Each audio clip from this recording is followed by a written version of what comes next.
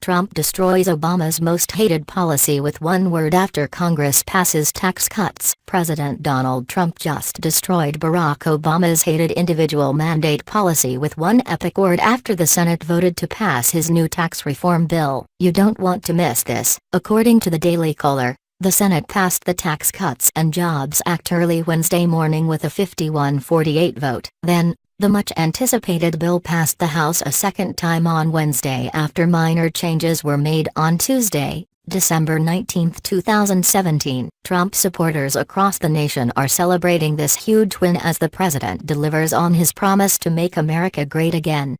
In true Trump style, the president had something to say about it on Twitter, and of course, it has liberals furious. Prior to the second House vote, the president wrote, "The United States Senate just passed the biggest in history tax cut and reform bill." He continued, "Terrible individual mandate, ObamaCare, repealed."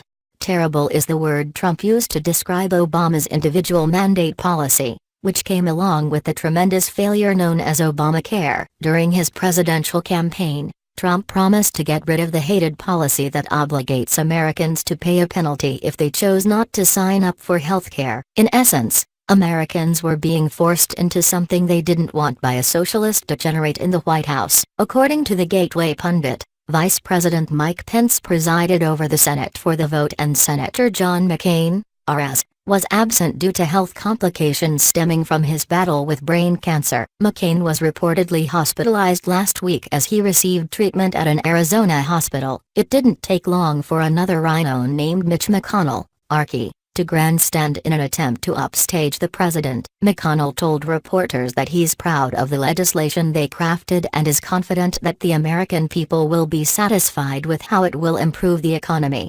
"My view of this is if we can't sell this to the American people, we ought to move into another line of work," he told reporters. "This is an important accomplishment for the country that people will value and appreciate, but obviously it requires us to continue this discussion with the American people, and we're all going to be doing that throughout the year," McConnell added.